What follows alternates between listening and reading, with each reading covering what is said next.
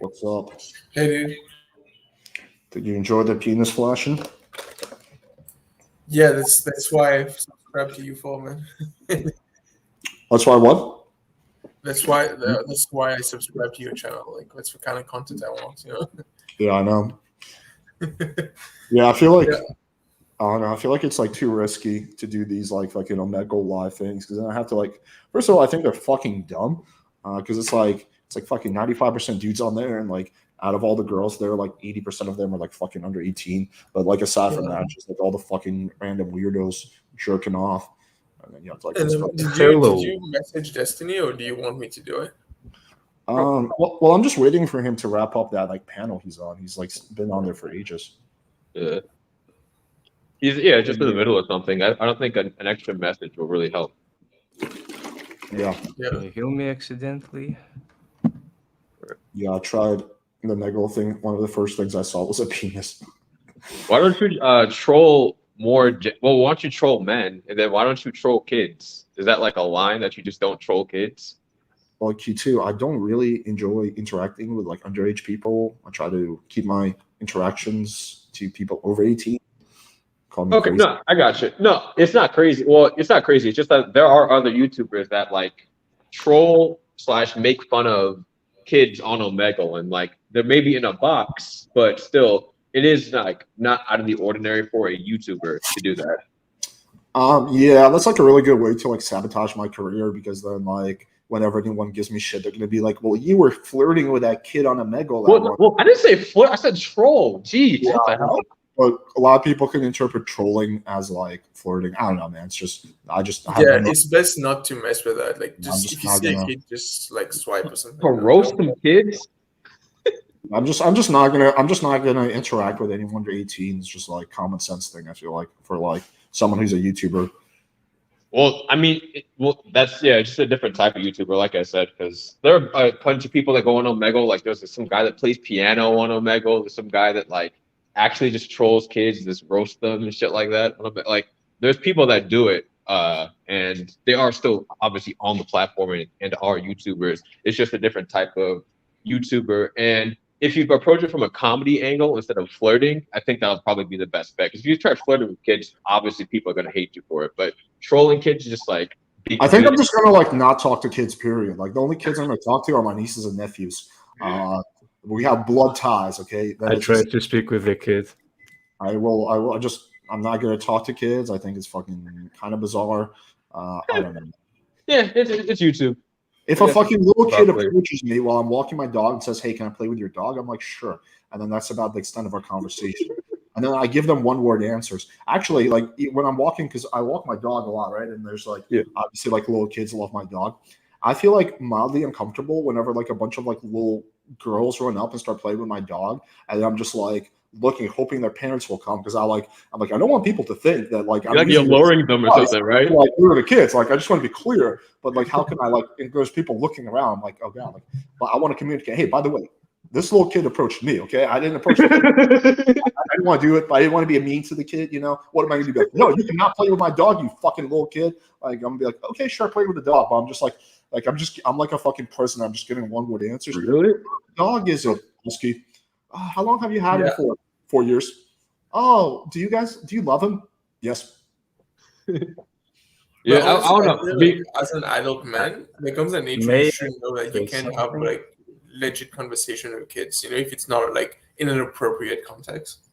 Well, that's the issue. It's what's appropriate, what's inappropriate about talking about your. Now, if you're continuing a conversation with a kid for like an hour talking about your dog, that's fucking weird. But if it's just like, yeah, this is my dog, and then you make an excuse to get out of there, like, oh, I gotta go. I think that's fine. I don't see give the kid like a false time constraint. You can play with my dog for 30 seconds, but then I have to. I have another little kid who's gonna play with my dog, so I gotta go. But yeah, you got like 30 seconds.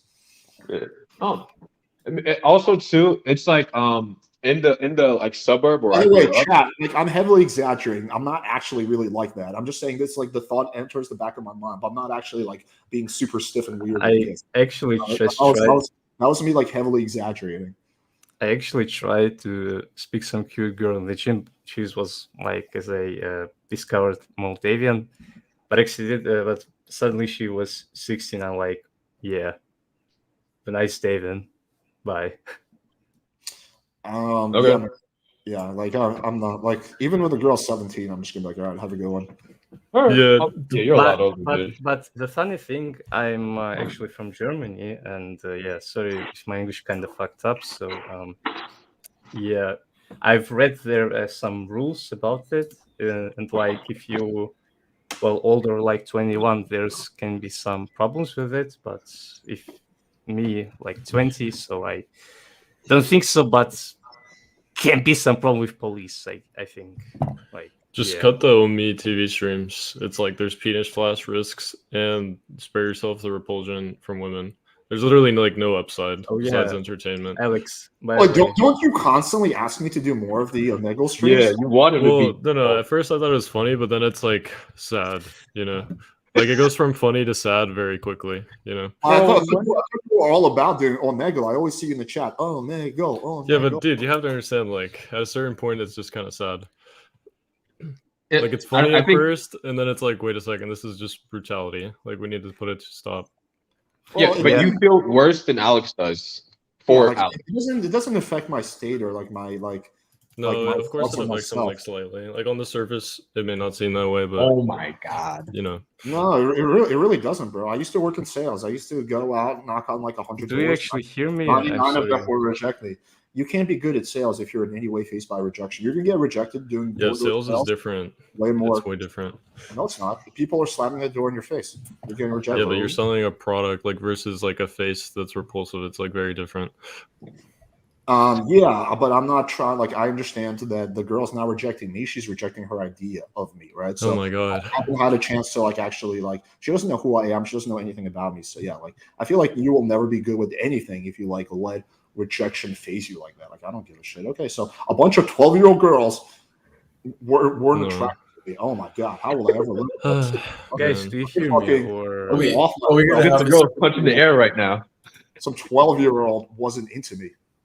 So, I mean, is that what it's like for you? Looks like if you go and you get rejected a lot, like does that like take a massive toll? Well, it doesn't happen often at all. If it did, it would be brutal for sure. You know, looks is super insecure, so I think it affects a lot. If you went on Omegle, you would get a shitload of rejection too. No, that's not true. I go on Omegle every once in a while just to make sure I still got it and I get good reactions. Let's do it right now then. I'm about to go gym. Plus, I told you I don't want to do the Omegle thing.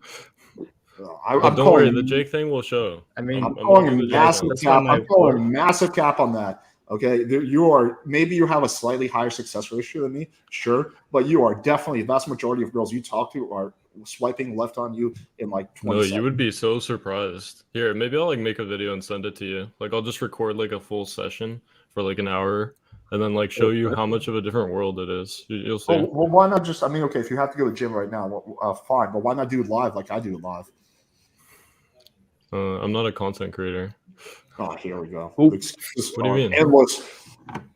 Bro, you don't have to believe me. I'm just saying it is a different world, and that's why I want to display it through the challenge with Jake. I don't believe you. I don't think. I don't think you're having radically different results. I think you're still. I think you're still seeing dudes beating off. Hello. Encountering 12-year-old girls. I think you're still, for the girls who are not of age, I still think most of them are probably just left clicking on you pretty fast. But if you want to make an argument like, hey, I have a 20% higher success ratio than you on Omegle, that's like a valid discussion we can have, and I'm sure that could be true. But you're saying that you have a radically different experience on me, I call complete cap on that. Okay, bro. I guess I'll have to disprove it because this will be pretty easy to disprove. Like, I don't know.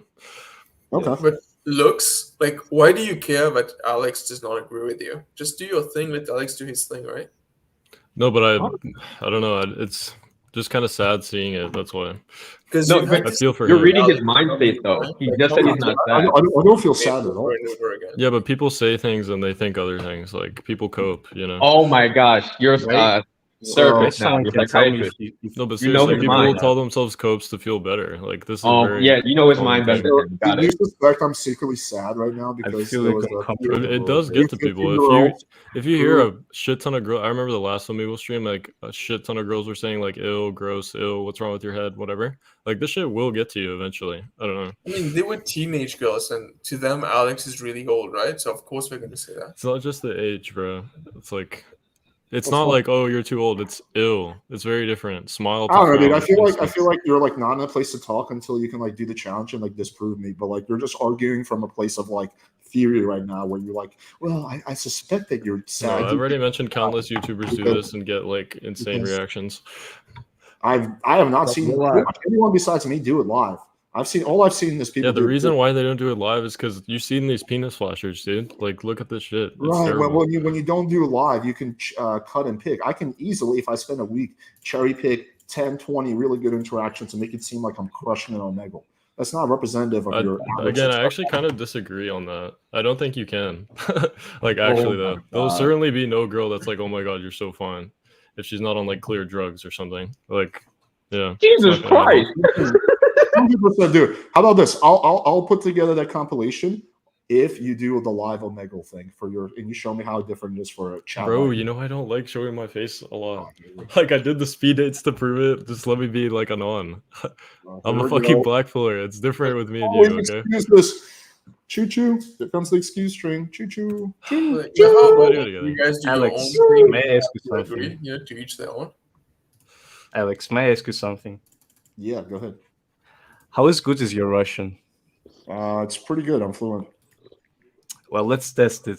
Русский язык 5 класс.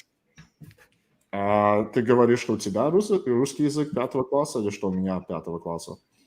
Yeah, there should be like a joke. Like, я хочу кошка и собачка. Привет. Вечер добрый. Сука, блед. Хорошо. By the way, living in South Germany, I have actually a kind of question. So I tried 5 times to approach girls, and like two of them was in university, and 3 times I tried in mall, but there was a problem. These girls were underage, and we have a common thing here in Germany, like lots of teens walking around in somewhere in the malls or those places. Well, that happens in every country. There's always teens walking around the mall. I've been struggling a bit of that, and I have a curious question about that. About it. So, where can else someone find the cute girls? Especially in my city with 500,000 population. You can go to a bar, lounge, a a coffee shop. You can go to a dog park, just any area where there's like a lot of restaurants. With bar thing, I've tried it, but you see, actually, there's lots of men usually, especially in the Irish ones, Irish bars. Yeah, just find like a more chill lounge. Nah, there's like a open space usually. It's like when you goes in and there is a lots of tables and yeah. Are you saying there's no like chill bars and lounges where you live? No, there's a small ones. I live in Nuremberg. Yeah, so I just don't believe that. I bet. Okay, let's do a quick Google search. Hang on, Nuremberg lounge. All right, I'm gonna go to the gym and take it easy, Alex. And you know what? We have a common thing with you. We are both Jews. What an accident! Wait. I'm only half Jewish. I'm me too. So I'm the half Russian and half Jewish. But I'm kind of struggling with my English because I didn't communicate about a health either. So yeah. Yeah. Okay. So let me just share my screen. Like I think there's actually like I'm looking at. I mean, I don't know exactly what the name of these like what these places are like, but yeah, if you just go to like Nuremberg Lounge, there's something called the Robin Lounge. This place looks okay. I mean, there seems to be like a whole bunch of them. Yeah, as I said, the most of them I like the small ones in the center, especially. So these don't look that small though. Yeah, but that's okay. You don't. It doesn't have to be huge. You can just go to. What's it called? Yep. But I said the most of them, like when I went in, most of them the visitors, most of them are men. So yeah, like this street right here probably seems like it has a lot going on. There's a lot of bars here. Therefore, 20 Chili Lounge. I'm sure. I just refuse to believe that like in your city there's just like every single place is a sausage fest. I'm sure It's not comparable with St. Petersburg, where I'm from, but yeah. I am quite confident that there's some bar. One out of these like 20 bars is going to have a decent ratio of men to women. Like I refuse to believe that all of these bars are all sausage fest. Wait, but besides bars, what can you recommend? Well, what like can else recommend? Like a coffee shop or a dog park. Dog parks. Yeah, but we don't have any dog parks. Are you saying there's no dog parks in your city? Not sure, but I didn't saw one. Like, okay. Maybe you can expose me. Yeah, there's a whole bunch of dog parks. There's at least 20 in your city. So yeah, man. You guys got caught being lazy, man. No, you like searches, right? Google dog park, Nuremberg, Germany. That's it. Okay, thanks. Alex, and how I have a question. You see the knight and the bishop's question about why the manosphere is so toxic. Do you agree, right, that the manospheres can be really toxic? Oh, 100%, yeah. I don't know if it's really a debatable thing, but I don't know.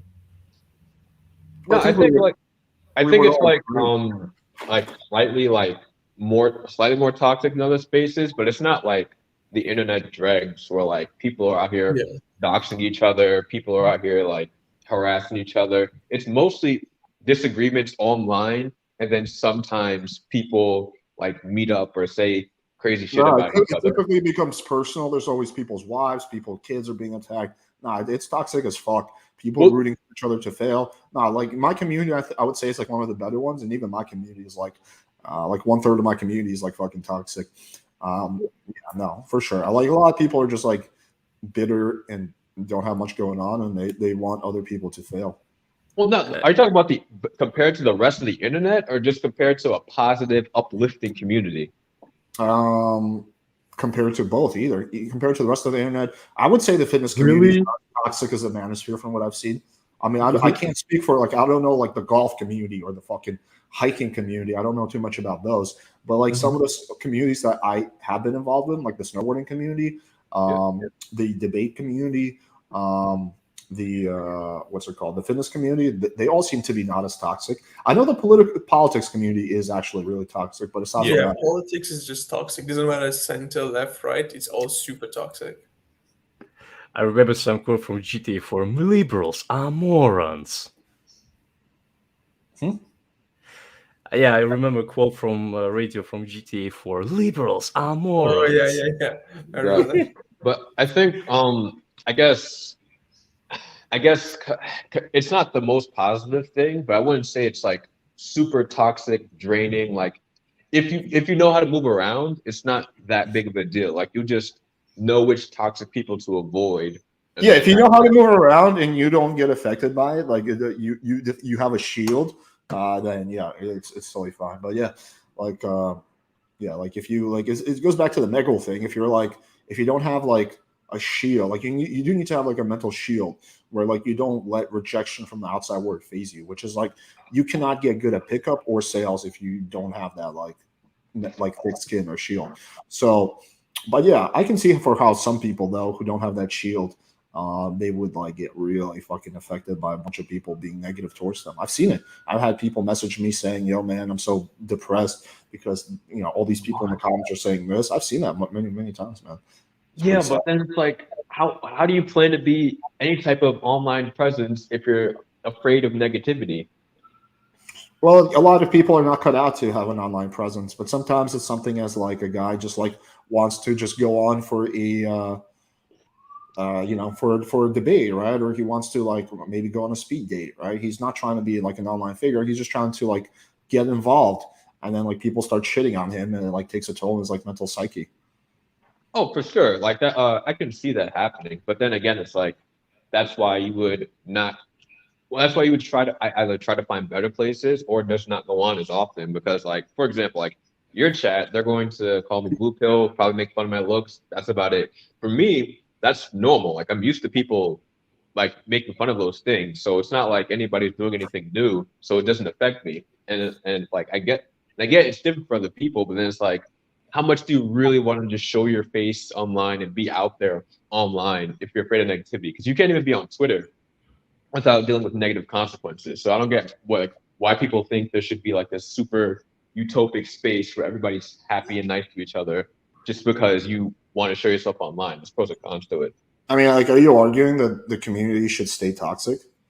I'm arguing that like there's maybe ways to push it towards like more being, I guess, more uplifting or being less toxic to certain individuals. But overall, like I would say it's just that like you're gonna get hate online almost no matter what community. Like people, like for example, in the snowboarding community, or I don't know about snowboard YouTube, but like there's probably a cancellation that happens, or people hate this person because he talked to this person the wrong way. Like there's still gonna be dramas and all that shit in between. And people are gonna receive negative comments. It's just that maybe there's less of it. So like, yeah, you should push towards less, just like maybe, yeah, just less negativity overall, more productivity. But I mean, I think the answer to that is more so doing more productive, positive shit that outweighs all the negativity. It's just always going to be there. You can't get rid of negative people online. I agree with the second thing of what you said, that the solution is trying to like lead by example. All right, the panel is like almost done. They're saying goodbye right now. Okay, sick. All right, let me get my notes. What's the debate on? Alex, when will be the next speed dating? Probably, I'm thinking either Indian P will host it himself on Monday because I'm actually flying somewhere, or I'll be back like Tuesday night. So I told Destiny as well, so probably Wednesday, either Monday or Wednesday, I think. Speed dating, right? Yeah, speed dating. What's the topic, y'all are discussing? I don't know. I wrote down like a whole bunch of things that I think could be interesting, but a lot of these is like I need to like figure out what position he has on it. So I'm just gonna it's gonna be one of those where like I don't know how it's gonna go. I have to like explore his positions. Oh, okay. And then I can see what the deal is. I guess I don't want to prime too much, but one thing that I heard you said earlier today was that like Yeah, but just really quick, Destiny is done, so if you want, you can just like.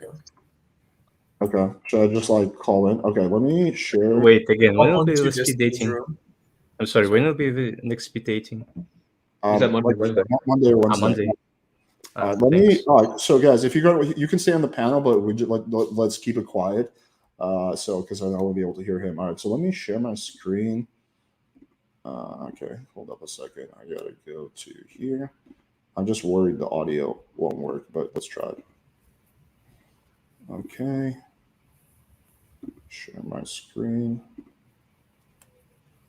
Window. Okay, Discord. Okay. All right, hopefully the audio is good. Well, let me just take a piss before we do this. Hold on a second.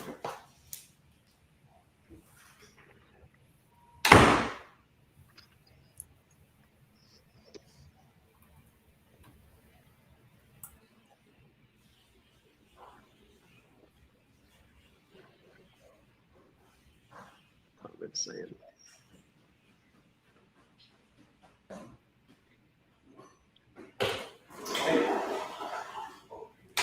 What? Still alive?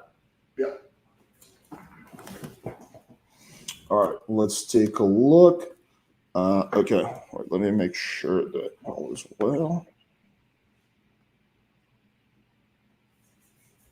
Okay. Let me hit his ass up.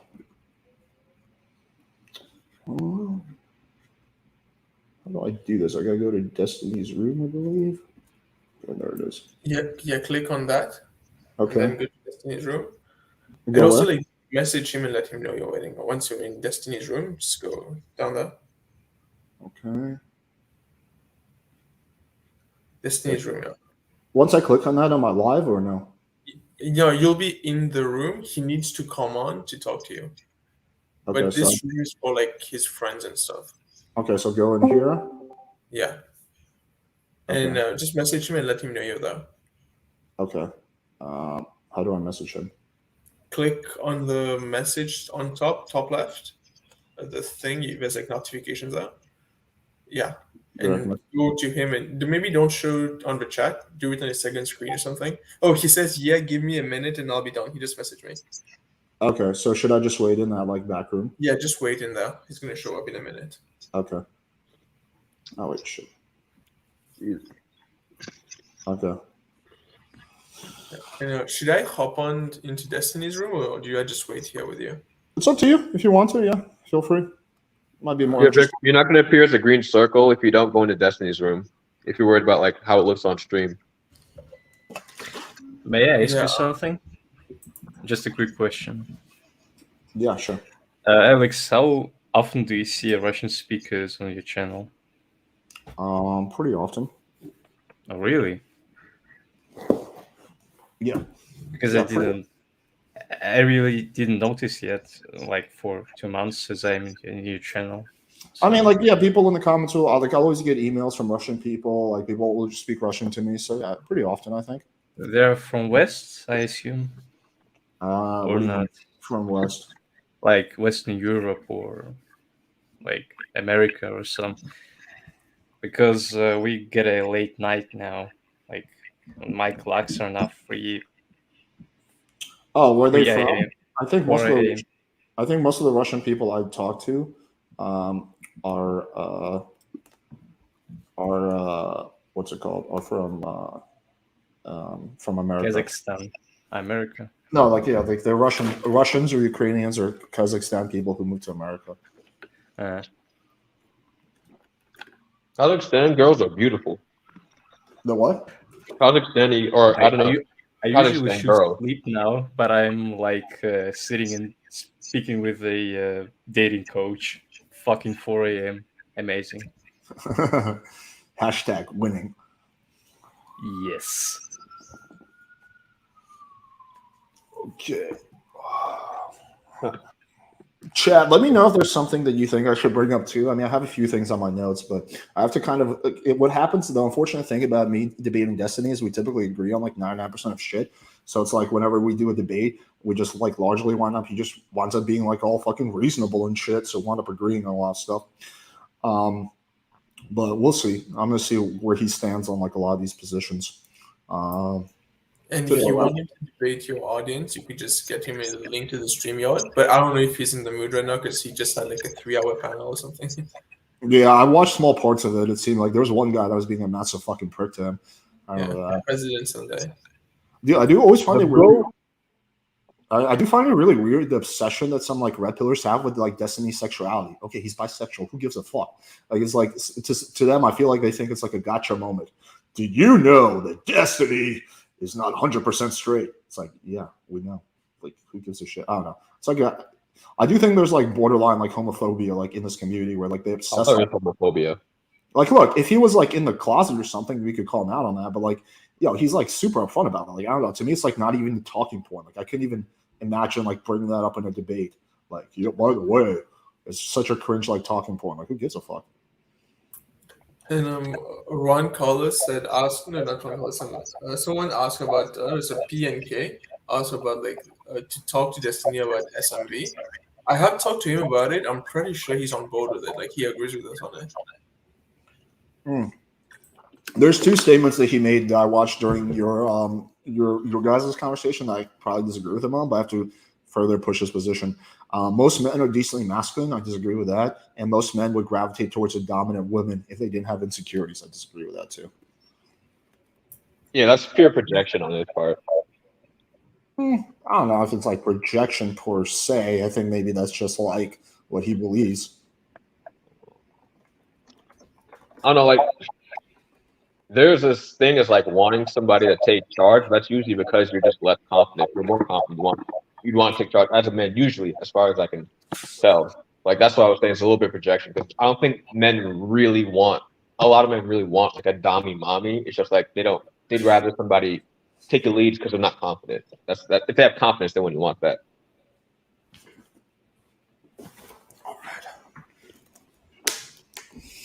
All right. We're ready for this shit.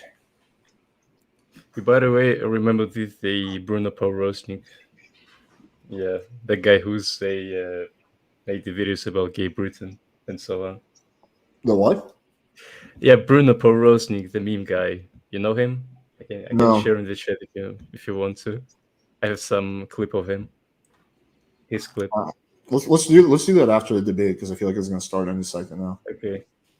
Oh, one last thing. I think, but to be fair, I think a lot of people, just normal people, are kind of homophobic. Like, especially girls are pretty homophobic. So it's not like I don't think most girls are homophobic. Okay? Yes. Oh my. If Natty found out that you sucked a dick, she would look at you differently, I think. Okay. Interesting thought process. I think that has a lot. I don't think Natty's fucking best friend is gay. Like, I just think it has to do with preference. I would probably look at her differently if I found out she was like fucking also sucked a whole bunch of dicks before she met me. So I think that just has to do with like partner selection. But yeah, like I don't think you can say someone's like homophobic just because they're not into their partner being bisexual. There's a little bit there. There's a little bit underlying internally there of like there's something wrong with the fact because like that partner is the other partner. That has nothing to do with you. But the fact that somebody's in a compromised position and all that stuff, something about being gay is a turnoff. And that's Yeah, no, I agree with that. Yeah, it's like demasculine or whatever. It's like makes you less masculine, which is Gay Britain. I think there's elements of truth to it. I do think that like on average, gay guys tend to be less masculine, right? I mean, not all gay guys. I'm sure there's some really masculine gay dudes, but yeah, generally speaking. So yeah, I don't know. It is like a dig at your masculinity. If you were like that's why it was such a big deal. Did you guys follow the whole no jumper thing? With I did. The co-host, what's his name? House Phone, which is a really weird name for a black person. A house phone, like I don't know. What's like his fucking cousin's name's like cell phone or something. But yeah, so this dude House Phone came out that he got his dick sucked by a tranny. And it was like a massive scandal. Like he was like saying that his career is over and then like blah blah blah. And yeah, I was just like, wow, like people are taking this really that seriously. Well, yeah. Well, first thing, I think tranny's a little bit offensive. It's like bordering on a slur. So I would suggest trying not to use it as much. And then second thing, in the black community. Oh my gosh.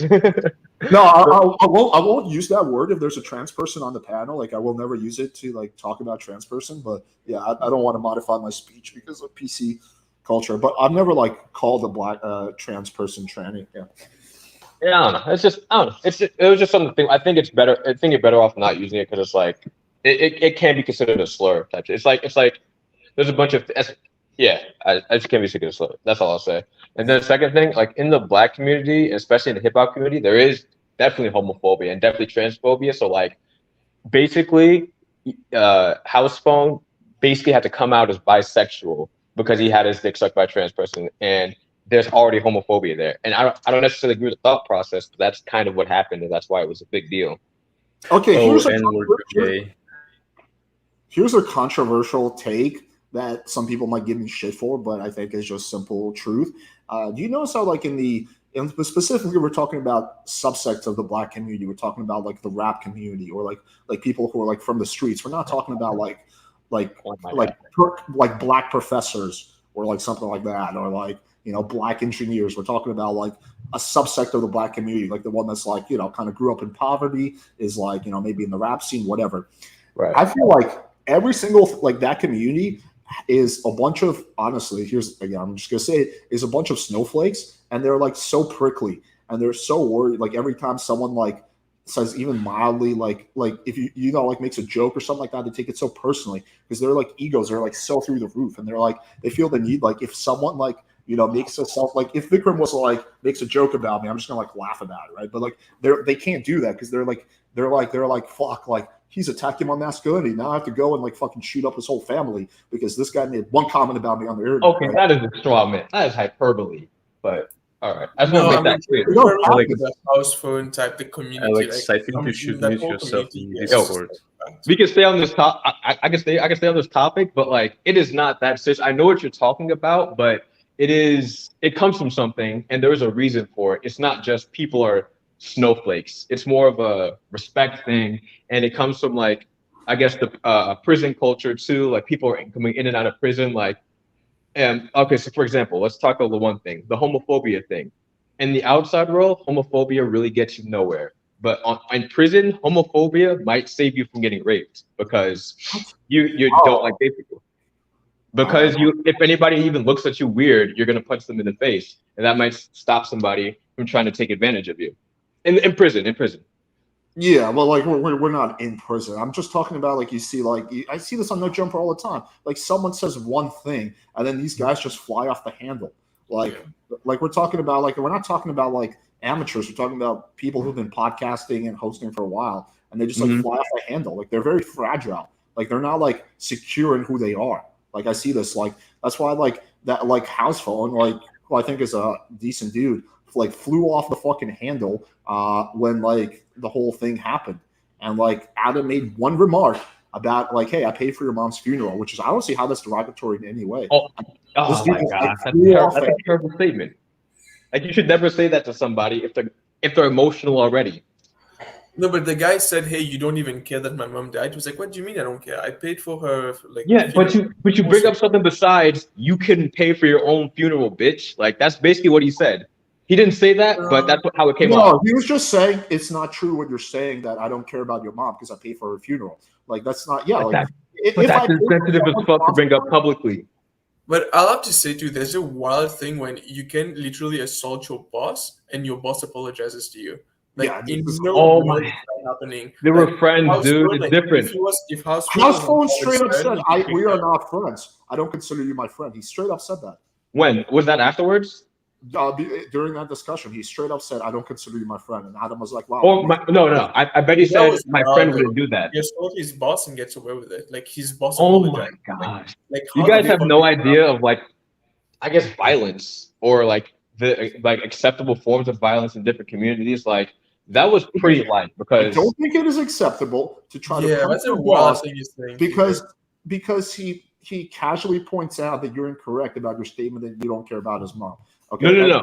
Because Adam was the right person to me because I would have fired that motherfucker. If one of my employees like tries to physically attack me, they're fired. I don't give a shit. Yeah, because you said a different culture. You have no attachment to the streets. There's street culture at No Jumper. Yeah, but street culture is like super duper dumb. That's like the point I'm trying to make. It's just a bunch of like I understand that. Like, wait, you don't want to get clipped. You don't want to get clipped. Think about what you're about to say. Culture is dumb. Yeah. Yeah. Okay. All right. I'll understand on that. It fucking a lot of these guys would be so much better off if they didn't get involved in the street culture. Like you see this like with a lot of these like black rappers, like they hit it off, they got real money coming in, and then they get involved in some stupid crime because someone said something about them, and they go do 10 years in jail. Right. And if they just turned the other cheek and ignored that, or maybe like made a live stream and roasted them, but instead of getting involved in this stupid nonsense, they would be enjoying their life. So I see like street culture sabotaging a lot of these dudes time and time again. And it's like not doing them any favors because what happens is like, again, this is a little bit of an extreme case, but it does happen. It's like one person says one little thing about someone and then that person says something else and it escalates. And then both people wind up being shot. Right. And that's like no one wins in that. The people who get shot don't win. The people who go to jail don't win. Their families don't win because now they lost, someone. So it's just like, I don't think it's, I think the street culture in a lot of ways is very toxic. I think that like a lot of like the people involved in it would be better off if they weren't involved. Well, but at the same time, the street culture is also changing. Like if you get to more like I guess evolved places or places where like they've been through the bullshit before, you're not going to see as many killings and as many things. Like people are always like people in the streets, even on No Jumper, even though they are developing, like you said, they're sometimes a little bit immature. Like they are developing to try to be positive role models and positive forces because they didn't have options before. I don't think anyone disagrees with this at all. Like that's a completely different claim.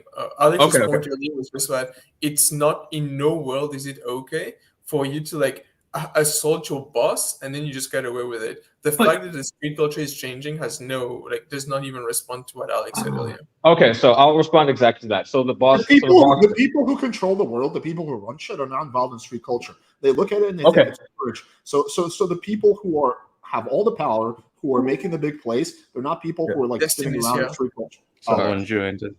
Yo, I'm making the big plays. What are you guys screaming at? No, we're talking about street culture, buddy. We're discussing street culture. I'm actually defending you on the house phone thing. David is disappointed on you. Yeah, I agreed with your take about the whole house phone fiasco. How like a lot of these guys are just like really fragile. Okay, that's okay. I'm trying not to get killed or kill anybody, so I'm moved on from that. All right. So Destiny said that all No, I'm just kidding. Yeah. Okay. Yeah, nope. Okay. Go ahead. What's up? Yeah, man, a few things I wanted to discuss with you. Actually, first, I want to start off with an observation. So, I was watching. It's not bad, dude. Why do you suspect it's gonna be bad? I was I'm watching sorry, I your. always say, Yeah, I was watching your debate with that Andrew Tate dude. I don't know. Is he like a fanboy or like what's his qualification? Like, is oh, he? even worse. He's a Islamic. I'm sorry. The whole Muslim community has a massive fucking hard on for Tate ever since he converted. So if you're a Muslim and you can like speak, like you're literally, I think like fucking Allah sent down like a second prophet named like Worship Tate or some shit, and he's like commanded like all Muslims like 5 times a day they pray to Mecca and then they get on a Twitter account and they try to fucking shill for Andrew Tate. It's unbelievable, but yeah, unironically, like that whole community has like come out hard for him. They pray to Mecca, but they jerk off to Andrew Tate. Yeah, dude. Yeah. I could not believe it when that dude played the race card. I was fucking out. I was flabbergasted that that's the argument. That's the hill he was going to die on. This whole thing with Andrew Tate as a result of racism and Islamophobia. I was just I think it was just silly, yeah. But I didn't know. But apparently that guy, people linked me his profile after. I don't want to misquote this. I should look him up. Apparently that guy is like a professor of theology for Islam as well or something. Can somebody find that exactly so I don't? Yeah, he's a theological expert. I saw that on your subreddit. Yeah. Somebody linked that. I don't want to misquote that, but like, yeah, he's got like some theological background in Islam as well. So yeah, it's not surprising that that's like Here's the sad realization I'm starting to come to. It's a very sad realization. Is that people on my side, I wouldn't say I'm on the right, but like I'm heavily into the Manosphere, the red pill, blah blah, are just as much of a snowflakes as people on the left. Yeah, I mean, at the end of the day, we're all just snowflakes. You know, that's how it is. Some people don't like when you make fun of abortion. Some people don't like. I'm when not a snowflake. What are you gonna do? No, dude. I could never imagine like trying to make like the race up. Like if I ever get into a scandal, did you know it's because I'm Russian? It's because I immigrated to this country at the age of 7 from Russia, and everyone's hating on me. No, so okay, so there's a few things. I was watching your debate with Vikram or discussion, whatever you want to call it. I don't know. I figured we'd start off by just asking you a few questions. We see where you stand on this. So, what do you think men who are incels need to do to improve their results with women? I've heard you say that becoming emotionally available. What else do you think there is to it besides becoming emotionally available? The broad focus that I have right now is, so very broadly is what I would say is, I think the question you have to ask yourself is like, what am I offering to a woman? Like, why would she want to be in a relationship? What's she going to get from me that she doesn't get from just her friends or whatever? So I think that that's one part of it. That's like a good starting point. In terms of like, what do people need to do? I don't know. This is like a hard one that I'm probably going to spend more time thinking on in the future, but like you have to develop this, this ability to converse with and have fun with and be like compatible with women. And that's a skill that I think for some people, just by virtue of your social groups and everything, you develop it like really, really early in life. I'm not like a dating coach or a charisma on command guy or whatever. I don't know how you teach people that in their like teens or 20s. But I know that if you haven't learned it by the time you're like out of school, if you're in a male heavy dominated field or whatever, it's going to be really, really, really hard because practicing gets really, really hard. So yeah, I don't have like a walkthrough for that, but. I mean, like, I don't want to keep pushing if you don't have like a solid answer on this, but like, is there anything like you could think of? Like, okay, like Vikram, let's say Vikram is an incel. He comes to you, Destiny. I fucking beat off to your Factorial videos. I'm your biggest fan, but I'm an incel. Tell me specific things. Give me 5 specific things that you can do, that I can do to stop being an incel. Like, what would you have any more specifics you could offer him? So there are like. Yeah, so I can make this list, but every single thing is going to have like 15 sub things. So I guess we'll just start on like a couple things. So like, here's one thing I would say is do not ever come off as desperate or clingy. Okay. Have your own life, have your own shit going on. If you ever give off a desperate or clingy vibe to somebody, they're gone forever. That would be like one piece, right? But then obviously you can say, well, what do you mean by desperate? Like you can go like 15 layers deep into that. You want me to go any deeper than that? Or is that like no? I think that's pretty straightforward, and I agree with you on that. Don't be desperate, don't be needy. Okay, keep going. One is don't be desperate, clingy. 2, some of these are just going to be basic social skills as well. Number 2 is have a genuine interest in the other person. From a genuine interest will spring a whole bunch of other things. So if a person tells you something in a conversation, don't just run down 20 lists of questions, like play on that thing. If somebody tells you they're like, oh, I'm a teacher in like a disadvantaged school or some shit, like, well, why? Like, is there a reason for that? Like follow up conversations by showing genuine interest in people. It super helps your conversational skills. Being able to ask good questions, get the other person to talk about themselves. That's one thing. Another thing, this actually should have been number 1. This is the hardest one, obviously though. Have confidence.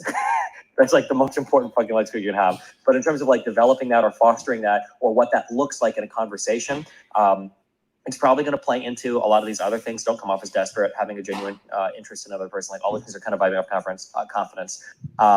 A fourth thing is going to be consideration for another person's time, consideration for another person's like space. When you're hanging out with somebody, be aware of like what they're comfortable with, be aware of how comfortable they are with you touching them or being in their bubble.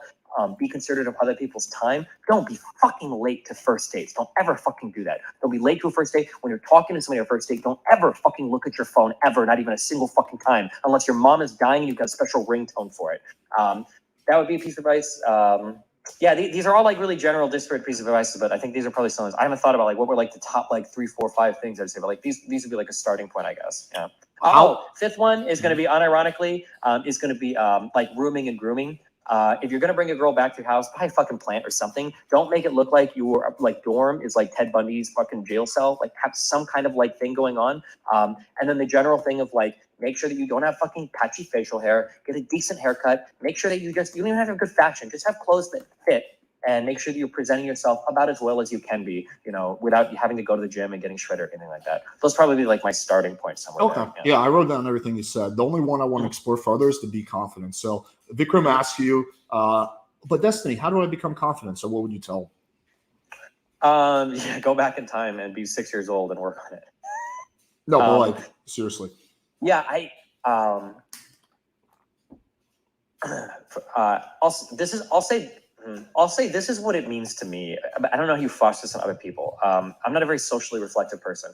For me, there is a person that I want to be, and there are things that I want to do in life. And in order to do those things, I have to be the type of person that can do those things. So my life is me on a journey to make myself the type of person that can do the things that I want to do. And as long as I'm on that path and I'm committed to it, and I feel like I'm making a piece of progress about it, I have an immense amount of love and respect for myself. Regardless of what anybody else fucking says about me in a forum, in real life, or whatever, if a girl shoots me down, that's fine. Having that space that I've carved out in the universe that I can occupy, that another person can't take from me, gives me the ability to navigate the world, conversations, professional relationships in a way where I have a presence that other people can feel. I don't know how you tell somebody how to develop that, because sometimes people are very reflective of others around them. If people are giving them shit, they kind of break down. Other times they need a lot of reinforcement from a partner or a family. And if they don't have those two things, they break down. Yeah, I don't know how to foster that at all. I truly have no idea. I'm not sure. Yeah, so I can tell people what to do, but I don't know how to don't I can say well, don't just don't judge yourself based on what people around you think. That's an easy thing to say, but like I don't know if people can just do that. So here would be my answer. Confidence generally comes from competence, right? So if you're really good at something, you're probably going to be confident at it, which is why like someone like me, who's like very confident, when I gave my first public speech, I was not that confident, right? Because I've never done it before. Now that I've given 5 or 6 public speeches, I'm a lot more confident, right? Because I have the confidence at positive reference experiences. So for someone who's an incel, I think the biggest thing that needs to be done is they need to break the losing cycle. So every single incel has tried over and over and over and over and over again. They have failed. And losing actually affects your brain chemistry, and so does winning. There's a very interesting book about it. It's called The Winner Effect. But that actually, like losing over and over again, will affect your brain chemistry, and same thing with winning, right? Which is why you want to break the losing cycle, and you want to start getting some positive reference experiences. So whenever I coach a guy who's an incel or virgin, I want to make the challenge level as low as possible, right? Because these guys are already second guessing themselves. They're not that confident, have the best social skills. So I think the mistake that a lot of them make, get into is they're like, they have the skills to play level 1. They're trying to play level 6. They're trying to go to a club and pick up a girl, right? That's too challenging for them. Like they're not ready for that yet. So what I would do is try to get them really, really solid photos on Tinder, right? Have them a sexual bio. So then they set up a date straight to the house where literally all they have to do is open the door, not have a heart attack, and basically make out with the girl, and then it's over, right? That's how easy I want to make it for the guy. Then they lose their virginity, right? Then we can start upping the challenge level. So then we can start doing public dates, right? Still from Tinder. Once he has a few success with that, maybe try approaching girls in real life. Maybe try going to a bar. But we slowly up the challenge level, right? We have to change their brain chemistry from losing to winning, right? So we have to develop a pattern of them getting positive reference experience. So we can't do that. Everything else is going to make no difference. I don't know if that works, but if you've had success with it, then that would be your model. So here would be 2 questions that I would have for you, 2 challenges that I'm interested in. Mm-hmm. So here's a problem that I have. I know a surprising amount of people in this industry who are incredibly competent but they have horrible imposter syndrome. It's way more common than I ever thought. And that might be selection bias on my end. I don't know how I would account for those people using your model. I know a lot of people that are smart. Fucking Lily Peach was a really great example. Amazing artist, really good at voice acting, amazing at music, tons of creative, awesome ideas, fun person to be around. And she has horrible imposter syndrome issues. And I know so many people like that like doubt themselves when I meet them. And I almost think they're joking when they tell me, and they aren't joking.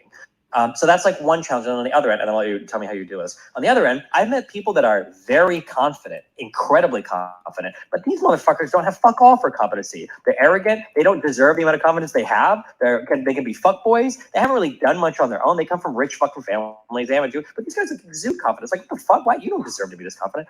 So that's the issue I guess I have in my mind, that competency leads to confident, because I know highly competent people that have no confidence, and I know very confident people that aren't confident. So I'm curious how you address that, or how you deal with that. Yeah, sure. So let's start off with the first one, the imposter syndrome. So typically imposter syndrome happens when you you're basically, your life circumstances change too fast. So when you go from you're like a struggling musician, you make one song, you're now you're like the most famous person ever, right? It happened really, really fast, right?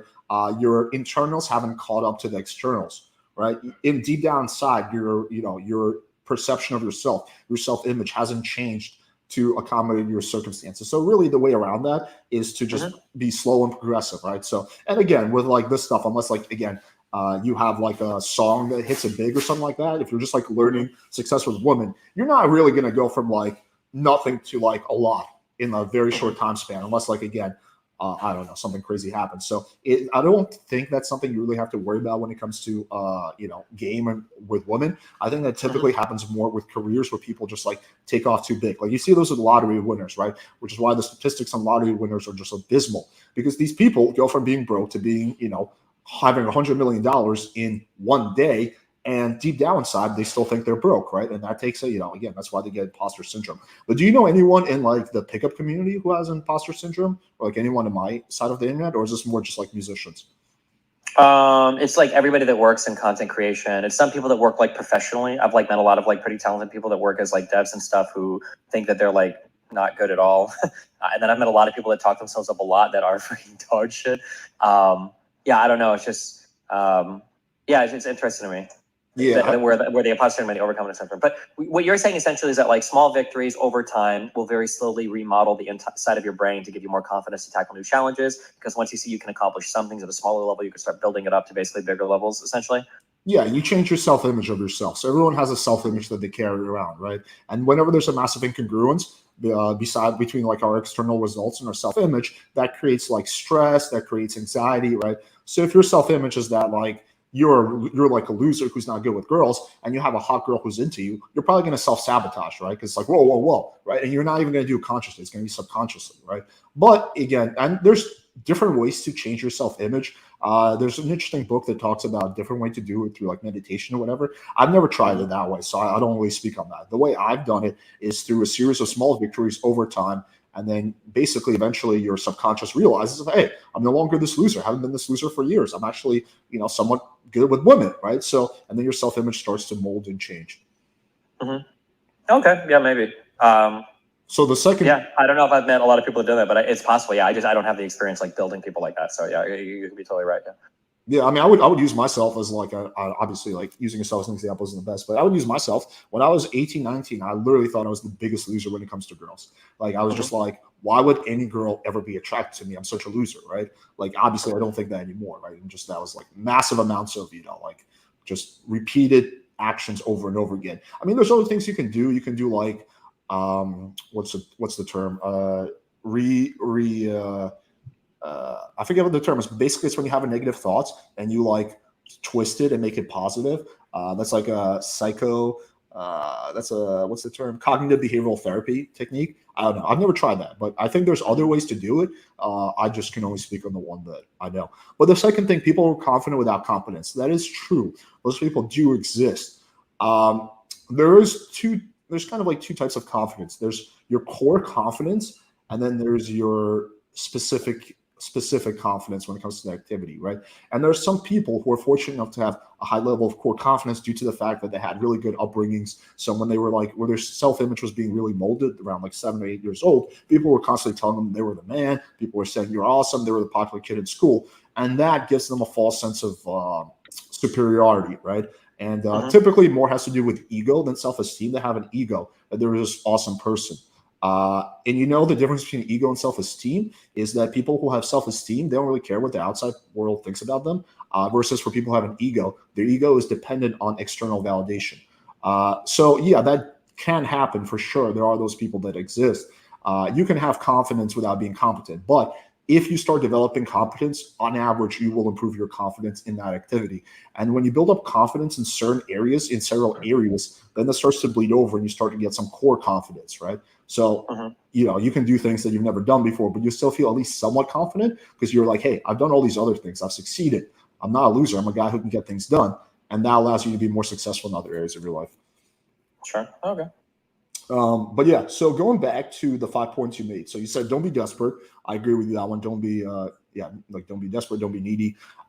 Be confident. Obviously, we agree on that. Rooming and grooming. I think generally you're right about that. I think guys need to stop being sloppy. The two, I think that not necessarily, I don't disagree with them. I just think they're like largely insignificant, is be considerate and be genuinely interested, because I think a lot of these incels are already very considerate and they're already like trying to be genuinely interested. So I don't think it's like these like assholes who are like LARPing around as incels. It's generally like very sweet guys who are just like, it's like you look at the guy, he's like, he's so sweet, he's so nice, but the girl's like, I would never fuck him. So I think for them, being considered, being genuinely interested isn't really the thing that's going to move the needle. I think for a lot of those guys, it's actually being more masculine. And I know you said that most men are decently masculine. I completely disagree with that. I think the majority of men are not decently masculine. The examples you used were like celebrities, like, you know, Johnny Depp and Pirates of the Caribbean, stuff like that. But I think it's a different ball field when you're famous versus if you're just a regular dude. I think vast majority of men are not decently masculine, because what is really attractive is sexual polarity. So men are typically attracted to feminine women, and women are typically attracted to masculine men. First of all, on the incel thing, I don't agree that there is a genuine level of consideration. There's a difference between the nice guy syndrome is something different than just being a considerate person. And I think it goes to show in terms of like what the nice guy thing is. Like if you are, if you're being nice to somebody and the goal is to get something out of them, that's not really being considerate. And I think people can kind of tell. I think this is how a lot of kind of the weird, I'm not calling all incels rapists, but that's how a lot of weird rapey stuff happens in streamer communities, where it'll be like, I bought a hotel for you, I bought airplane tickets for you, you flew to this convention to meet me, and you're not fucking me. Like, what the fuck? I was being so nice and considerate. And it's like, you weren't really being a considerate person at all. You're just trying to do things to like fuck the person. I don't think that a lot of people that haven't spent a lot of time building social skills around other people are in general considerate. I actually think being considerate is one of like the rarest like personality traits. I think that people are generally pretty self-centered, pretty self-absorbed, not like in a horrible, evil, mean way, but they just generally don't have an understanding of what's going on with other people around them. Something as stupid as like a girl complaining about like, oh God, my dad is being like an asshole today, or oh, like I had an issue at school or some shit. Like the next time you see them at a dinner date, like being like, hey, what's up? Where are you going? Hey, how did the thing with your dad turn out? Like saying something as stupid and as simple as that is like a huge key in a person's mind. Where it's like, oh, this guy paid attention to something I said like a few days ago and asked me about it. That's like I think that's a big thing that goes really far in some kind of conversations. For the genuine connection thing too, as well, like forming a genuine connection where the person feels like they can talk to somebody that's interested in them and interesting, can give them interesting feedback on what they're saying and then follow up that conversation. From a conversational point of view, it's pretty important. I don't know what like being more masculine means. Like if I think of like the average incel and I think of like his average inability to like get with a girl, I'm not thinking he's like not masculine enough. I'm thinking he's missing things like confidence and social skills generally. But maybe you think that some of these things are masculine. I guess you could talk on that. We're talking on any of these things. Go for it. Yeah, so I think being considerate is like generally tied to empathy. And I think there are some guys who will definitely benefit from being more empathetic. That was like actually one of the big things I developed in my like late 20s, early 30s, right? It's like I got good at picking up girls, but like the empathy part, you know, I was like semi-empathetic, right? But when I learned to be more empathetic, that made my relationships a lot better. Less fights with my girlfriends, longer relationships. Like I'm going on the longest relationship I've ever been in. And like, I think a big part of that is I learned to be more empathetic, right? So there's definitely a time and place for that. However, I think for the incels, generally like 95 to 99% of the time, their issue isn't a lack of empathy.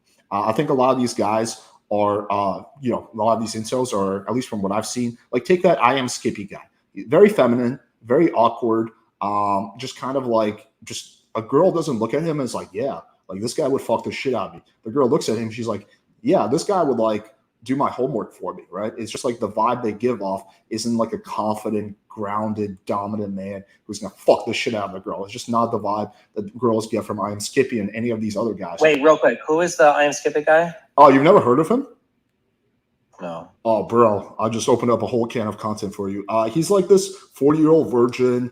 He makes really cringy videos where he tries to like pick up girls, and it's like really bad stuff. Abban Preach roasted him because he's like literally getting like borderline like R word because he's that desperate. Yeah, I don't know, man. He's just a fucking character.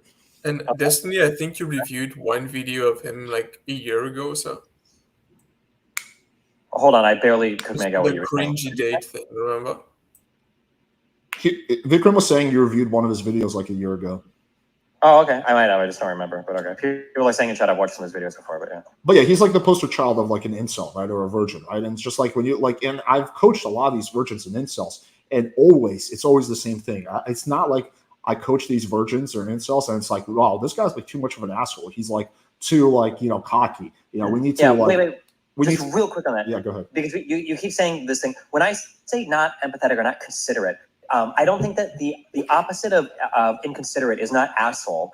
It's just like aloof, like you're just not aware, I think, is the issue of that. So like there's like an example that I give a million times. Anytime I'm with another person ever, I'm always pulling people out of the way because they're not aware that they're fucking standing in the middle of doorways or standing in like lanes where people are moving. And I would say like, hey, watch out, hey, chill or whatever. They're like just not aware of like what's going on with people around them. And I think that extends in general to conversations with people as well. That when I say people are being inconsiderate, I don't mean like, oh, you're being an asshole, you're trying to fuck her, bro. You're not like treating her like a human. I just mean you generally just like don't have an understanding of like what that person is thinking or what's going on in their mind, and you're like very self-centered, like focused on your goals, and you're just not like keeping in mind like what's going on the other end of things. I think an inconsiderate person is not somebody that's an asshole. They're just like kind of like in their own head, is what I mean, I guess. Yeah, so even if we go off that, I would make the argument that like 99% of incels would benefit from being more aloof. Like, would you agree that you can be too considerate when it comes to dating, and that will lower your odds if you're just like too empathetic, too considerate? No, I don't think so. But I mean, I do with the way that you're phrasing it, because like, but like, I'm gonna disagree that that's considerate. Like, if like a girl shows up and like, oh my god, hold on, let me get the door for you. Oh my god, hold on, let me get this. Oh my god, right? But that's not being considerate. That's also being inconsiderate because you're not realizing you're coming off as like a fucking weirdo when you do shit like that. I think, right? Right. Like the way I see it play out is like a girl like might give the guy like a shit test. Are you familiar with the term shit test or the concept of shit test? Yeah, my whole life is a shit test. Yeah. Okay, so a girl gives a guy a shit test, and the guy's like, really? Oh my God, I'm so sorry about that. Like, the girl, like, playfully gives the guy shit. Like, for anyone who's watching who doesn't know what shit that is. So the girl's, like, playfully testing the guy, right? So the girl might be like, oh, you're going to wear that? I thought we were going on a date. Like, she's saying playfully, right? And someone, I think in that situation, it is beneficial to be aloof, be like, yeah, that's my outfit. Take it or leave it, right? Versus like a lot of these incel guys who are like, oh my God, I'm really sorry. I can go home and change, They're trying so hard to like connect with a girl, trying so hard to be empathetic, but they're not coming off as masculine and grounded, right? So I think like sure, I'm gonna push on this harder now because I feel strongly about this. Okay. And maybe I'm having a communication issue here. Okay. Empathy or consideration, all that means is you have a good understanding of what's going on in the person's mind, right? So if I know that I'm having a fun time with a girl and we're coming to the end of the night, right? And I might ask questions like, well, bar's closing. You want to go hang out at my place? What do you have to do? Whatever. And she's kind of like, I don't know. I'm feeling a little bit tired, right? And I know that she's kind of messing with me. I'm not saying that being empathetic or considerate there means like, oh my God, like go home and sleep, queen, right? If I know that she's joking, I'll probably play back. I'm like, oh, well, good thing my bed is really comfortable, right? I'll like make a joke or play back. But that's being empathetic or considerate as well. For some reason or somehow, I'm not accusing you of doing this, but like I feel like a lot of things get reframed in these horrible lights. Like being emotionally available as a man means you have to be like a blithering, blubbering, like crybaby, right? I don't think that's true. I don't think you think that's true, right? But like being being empathetic and considerate doesn't mean that you're being a fucking simp. It just means you're aware of like the other person's comfort zone and what the other person is thinking is what I mean generally. Yeah, I think it's a spectrum, right? There's a right amount of consideration to bring to the table on a first date, and that increases once you start getting to know the girl and dating the girl. I just literally want to fact check myself, so I Googled what's the definition of considerate. It says careful not to cause inconvenience or hurt others, which kind of goes along with, yeah, like, yes, if you're too worried about causing inconvenience to the girl, or you're too worried about offending her, that is gonna really fuck up with your risk. That is really gonna fuck up with how successful you are when it comes to being good with women, right? Like you need that to walk that fine middle line where you're not a total asshole, you're not completely aloof, but you're somewhat aloof. You're not too worried about offending her. You're polarizing. You are who you are. And you don't wait, let me just finish this point. Yeah, go for it. You don't care that much if you offend this girl, if you inconvenience her, right? Because again, you're just doing your own thing, right? There needs to be some level of that combined with some level of consideration. Again, it's a middle line you need to walk. And when you go too far to one end of that spectrum, where a lot of these incels are, where they're just like so worried about offending the girl or getting her to think that they're weird, they're really worried about her, and they're becoming too considerate, and that is going to work against them. Yeah, fuck. We need to someday we're gonna play some of these dates out or some shit. When I think of myself, I am always thinking about offending the other person or being rude or disrespectful to the other person. It's something that I consider a lot at all points in every interaction. But I feel like the way that we imagine these scenarios playing out is so much different. When people think I'm quote unquote negging a girl on stream, right? I am super brutal with a lot of my conversations. But in the course of me being brutal, I'm always thinking is this too far? Am I being too much of a dick here? Is the girl still being playful with me? Or have I been actually mean? These are things that I'm constantly thinking about. I never think okay, I'm just gonna be cool and fucking, fuck this, whatever the fuck she, and then go as hard as I can. I think that you can be thinking a lot and being considerate of the other person and having these thoughts without turning into a pussy about it, I guess. Well, okay, first of all, I think you may think that you're you're trying to be ultra considerate, but if we look back, I think this is what makes you an effective streamer is you're not afraid to be polarizing. Given the fact, okay, just going back to that speed date where you were that chick was a bitch, you weren't being considerate in that moment. You were just being yourself, right? And again, that's you have a lot of takes like that where you're not afraid to offend the other person. You're not afraid to call people out. You're not afraid to even give them shit. I've seen this time and time again. So I wouldn't say it's fair to say that the first and primalist thing in your mind where you're doing a stream is being considerate. I think you do consider that for sure. I think you're a nice human being. But I think also you kind of have this take it or leave it type of vibe. Hey, this is who I am. Yeah, for sure. Right. But to be one more step there, though, the empathy or the considerateness from me comes in where I know what I'm doing when I do that. When I tell that girl, oh, I think that girl's a bitch, whatever, I know that it's over at that point, that it's done, right? I would never say something like that. And then when the girl's oh, I can't believe you said it. I'm well, hold on, I didn't mean to say it. I know that I'm shutting things down. It's just being aware of the impact you're having on another person. There are times when I do say things where it's hey, this person is over, this girl's not coming home like this, but I know that that's what's going on. I'm not just clueless about it. I think that's where the empathetic part is. Just having an understanding of the other person's mind and what the impact of what you're saying is. It doesn't always mean you're having the nicest impact, but at least being aware of what's going on, right? If I lose a girl or if I lose a date or if I've got a girl and she doesn't come home to me and it fucked up, I generally know where things are. It's okay, I think this part she probably didn't like this or this, she's on into that or whatever, and I know what's I can figure out pretty quickly okay, this is just not it, right? That's all I mean. Yeah. Well, that's just general. I make that point really hard because I think so many people when they say empathy, and I don't know if you have the same feelings, when I say empathy or considerate, I don't mean to just be a pushover baby bitch who's oh queen, let me do everything for it. That's not at all what I mean. I just mean being aware of what's going on in the other person's mind. Well, there's levels of it, right? There's different levels of it, and I'm not saying that you shouldn't be considerate at all on a first date. I'm saying there's levels of it, and when you go too far, when you're trying too hard to be considerate, you do basically, because again, consideration means you're worried about offending someone or whatever. When you're going too far in that direction, you are not being yourself anymore. You're not being polarizing, and you are less attractive as a partner, right? So there's levels of it, but if you go too far, which I think a lot of these if you watch the I Am Skippy dates, I think it would be funny if one day we do a review together. But literally, there's one date where he was he literally shows up to this girl's house and he's hey, you texted me that you wanted a Klondike bar, so I went to the store and bought you a Klondike bar. Look at me, I'm such a good guy. And the girl just has pure disgust in her face. It's ugh. But this is yes, when you try too hard to become too considerate, then it does lead you down the path of becoming a pussy. It doesn't need to, but that's typically how it goes. It needs to be balanced out with this take it or leave it type of mentality that, I am who I am and I don't give a fuck if people like me. I'm not too worried about hurting other people's feelings. I know what I want and I'm not afraid to express it. I mean, I think I've heard you say this in the past, is that like you're like very direct with women. You're like, hey, this is what I'm looking for, kind of this is what it is,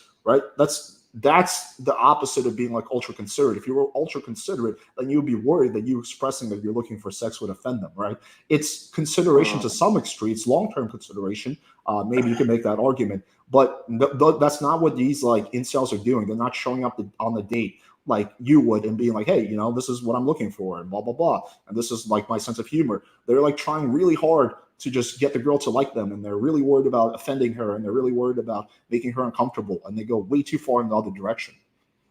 I don't know. Maybe sure. I think we actually 100% agree. I think we just use the words differently. Because if you're being too afraid of offending somebody, if you're being too scared to like say what you mean or whatever, then like an empathetic person should realize that like, okay, well, she's like not being attracted towards me right now because I'm being a giant fucking pussy or a big walkover. Like, or like with me being like upfront knowing I might offend somebody, maybe I should use a different word besides considerate or empathetic. I'm not sure. Just having an awareness of what exists in the other person's mind. Like when I'm very upfront about like, hey, this is casual. I'm only looking to fuck. If you are, that's cool. If you're not, then that's fine.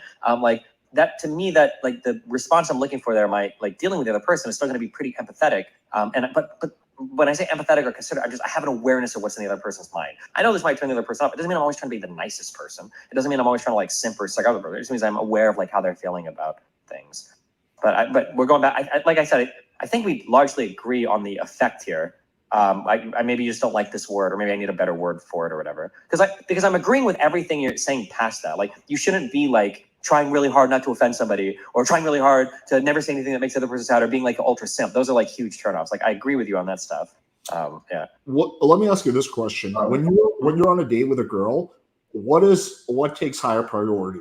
Not offending her or not making her uncomfortable, or expressing what you want and being who you are? Which is more important to you? I know they're both important, but which one is more important?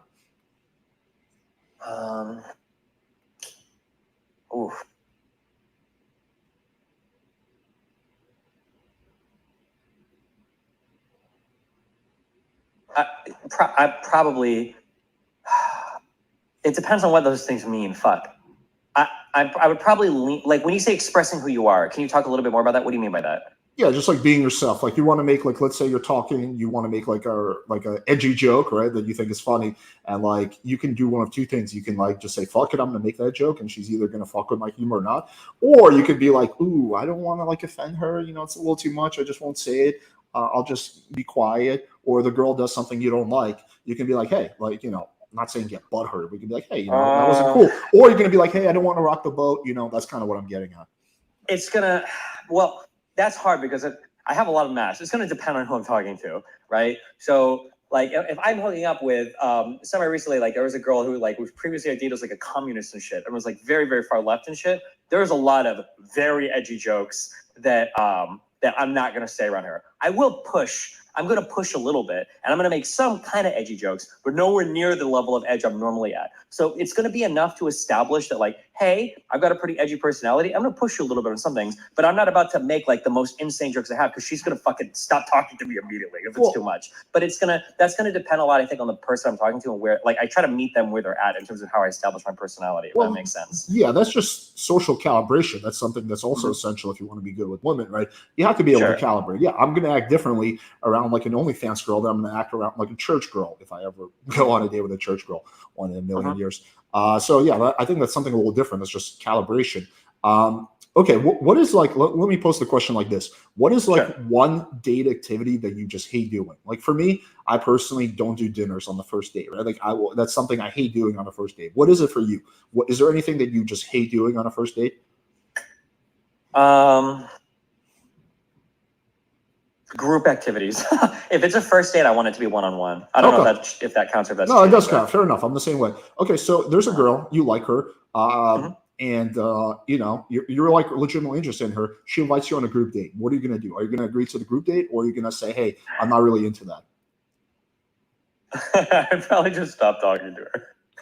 If group dates are the most like platonic fucking shit in the world. If it's the first time I'm gonna see you and you're really gonna fucking group date me, No, I would honest to God, I would assume they're not interested, and I would either talk to someone else or play Factorio or stream. I think I just wouldn't. Okay, but the point is you wouldn't go along with it, even if you like that person. No, I'm not. Absolutely not. You're not dragging me on fucking some show and tell bullshit. No, I'm not doing that. No, okay, so I wouldn't even wait for that. That answers the earlier question. You do care more about being true to who you are and basically pursuing your needs rather than pleasing people or rather than being ultra considerate, right? So you're exactly like me. That's normal. That's good. You should be like that, right? Because if you go to the other extent, you're just going to make yourself miserable, going along with things you don't want and developing resentment. So that's good, right? But a lot of these incels are not like that. They will go on that group date even if they hate it because they're just so worried about rocking the boat. They're so worried about losing the girl. That's the point I'm trying to communicate. Don't be a pushover. I agree with that, right?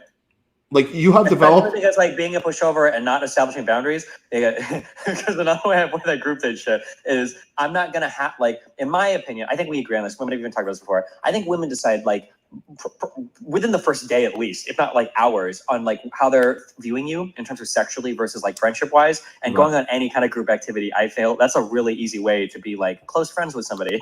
And if that's not what I'm going for, I'm not gonna why would I put myself in that fucking position? Yeah. But if you're the kind of guy who acquiesces to all of it, it's oh yeah, I'll do this and that, then you can probably find yourself in a situation that you don't want to be in. You don't want to just be friends with some girl who's going out to hang out with all of her friends. You wanted something more intimate, and you didn't establish that early on. And now that you set the pattern, it's going to be almost impossible to break out. If you're the type of person that didn't have the confidence to set the pattern in the beginning, you're probably not the person that has the confidence to break out of the pattern at the end. Yeah, 100%. Most of these virgins and incels, it's not like they have no women in their life. They typically have a few female friends, which is what I've observed. There's a few women they're hanging around. So it's not like they don't know how to talk to women at all, typically, unless they're really autistic. It's typically they have a few girls they're friends with, but they have no idea to show how to show sexual interest. And the reason they get friend zoned instead of actually, having a chance with that girl is because they just go along with whatever. So they will go along with the group date. They will go along with the dinner, right? They will do things far, far worse from that. They'll literally drive, pick up her laundry, fucking watch her dog, do all this crazy shit, right? Because they're just so worried about offending her. So would you agree that a lot of these incels could benefit from being a little bit more aloof? I think at the end of the day, I'm probably going to agree with everything you're saying. We would just use slightly different words to phrase it, I guess. Because again, because I'm going to agree with every single thing you say, but I'm going to reframe it in my empathetic, considerate lens. I'm being highly empathetic and highly considerate when she asks me on that group date because I know what's going on in her mind. I know what she's thinking, and I'm not going to go there because I know what you think when we're going to go out and hang out with all of your friends. I'm not going to do that. I'm not an idiot, and I know what you think, and I'm not going to let you think that. So I'm just going to go do my own thing, or I'm going to ask for a one-on-one thing. And if you're not interested, you told me all I need to know about where I stand in this relationship thing. But I would describe that as a form of empathy, but you would use a different word in terms of being aloof. I think we agree fundamentally on what's going on. We're using different words to explain it, I guess. Yeah, I think you're right. I think we do agree. We're just talking about semantics right now. Sure. Yeah, I think a lot of red pillars will probably challenge you on that because they will associate those words the same way I did. But yeah, I think the words. Sorry, my name is Q2. I just want to say something real quick. I think the word's empathetic. I think the word definitely needs to change. And what I hear describing Destiny is more so comedy and comedic elements and figuring out where a line is and figuring out how to get up to that line in order to be edgy. And and you said yourself you're a funny person, or you grew up as a funny person. So where the line is, even if you're not trying to be funny, you're just trying to get something else. How to navigate that and think about things through that lens. And I think the issue is how do you get somebody to think of things in a way to knowing, well, one, having the knowledge, especially if it's a dating thing, I'm not used to dating. How do you get somebody to know how they're making somebody else feels and how they are in that what the situation could turn into if they haven't been there. And two, how do you get somebody to think about things in a comedic way where you know where the line is and how to go up to it, and then when you cross the line and all that stuff, that's the main thing that's tough to figure out. I mean, I have. Do you want to roughly restate that? It's really hard to understand whoever that is, or just because they're kind of far from the mic. But yeah. Oh, my fault. Wait, Q2, can I get through my points and then you can raise your points with Destiny? Oh, my fault. Yeah. Oh, you're good, buddy. There's two other things I wanted to discuss with you. This is again, I feel quite often when you and I have debates, we largely wind up agreeing. It was just a question of communication. So maybe this will be another one of those cases. but you said most men would gravitate towards a dominant woman if they didn't have insecurities, or like I'm sort of paraphrasing, but that was the general gist of what you said. So this was here. This is a longer point of this, and I caveated a billion times that I don't know if this is true or not. Okay. But I hear people say things like men are leaders, women are followers, men are dominant, women are submissive. I hear these things generally over and over again. In my experience, in being in management, in doing leadership in video games, in existing in the fields that I exist in, on talent, everything, it feels like most people are followers, most people are submissive. It is an exceptional person that is a leader. A man by default is absolutely not a leader. The vast majority of men are followers. And so the question was posed to me is like, even the most feminist women, do they like a dominant man in bed? In my personal experience, the answer is overwhelmingly yes. Almost every woman wants you to be dominant. Yeah. But I wonder on the male side, because men overwhelmingly are not leaders, they're followers in real life. That's the only way society works, if most people are followers. I wonder if on the bedside, if most men would prefer a woman to just like take charge and figure things out, or if they don't, but not because they don't actually prefer it, but because they would feel insecure about it. I just don't know the answer to that. Like I can speculate, but I have no data. But I caveated a million times. I don't know what the actual answer is to that, right? Oh, okay. Yeah, just like a speculation. I mean, like I guess I don't really have the answer either. I just have like my personal experience. I'd venture to say that only a very, very small percentage of men would actually enjoy being dominated sexually. I do agree with the first part of what you said. I think very few people are. Oh, wait, before you talk on this, can I just clarify just so we don't waste too much time? Yeah, sure. When I say dominated, I don't necessarily mean like you've got a ball gag in your mouth and the woman is pegging you with like an 8-inch fucking BBC. I don't mean that necessary form of domination, but I mean one where like the woman is taking charge, where she's like, lay down, I'm gonna ride the shit out of you until you fucking, or I'm gonna blow you, blah, blah, blah, and I'm gonna like set the charge on everything. That's what I mean when I say domination. I don't mean she's like pegging you, to be clear on that. Yeah, sorry. Okay, then I think it will be a higher percentage. I still think the majority of men will not be into that. I think like the majority of men enjoy being dominant. I mean, there's of course there's exceptions. We have this guy on my channel, Mr. Slave, and his whole thing is like being as submissive as possible with women. Like he gets massively turned off if the woman is submissive. But like guys like him are like the exception to the rule. Like I think the vast majority of guys do prefer to be dominant if given the opportunity. But I do think that like this primarily is sexually. Like I think that when it comes to like leadership, like outside, like in work, I think that like a woman can be as much of a leader as a guy. I mean, averages probably men are more leaders, but yeah, like a woman can be. But I think even like those like boss babes or whatever you call them, like the chicks are like the CEO of their company in bed. 99% of the time, she likes to be submissive. She likes the guy to like just take charge. But yeah, I don't know how far it extends outside the bedroom. Yeah, and then I'm just curious on the differences between men and women there, because I don't know for how many men, I don't know how much of it comes down to like massive insecurity things, because that's hard sometimes. Like for instance, like it's really easy to do like female male threesome. It's very, very hard to do a male female one, and it's because guys are legitimately like worried about like being gay, or if it's gonna like turn them off to even like see a dick, and there's like all sorts of weird, and I don't think that's like a natural biology men are just like that. I think there's like a lot of weird kind of like insecurities built into it, in my feeling, but I mean I could be wrong with that. Yeah, I don't know if we're disagreeing on too much because this is kind of like a speculation of yours. So let me move on to the next thing. Sure. This is more of a question I want to see. So I had a very interesting debate last night on James Modern Day Debates channel about for who dating is harder, men or women. So who do you think dating is harder for?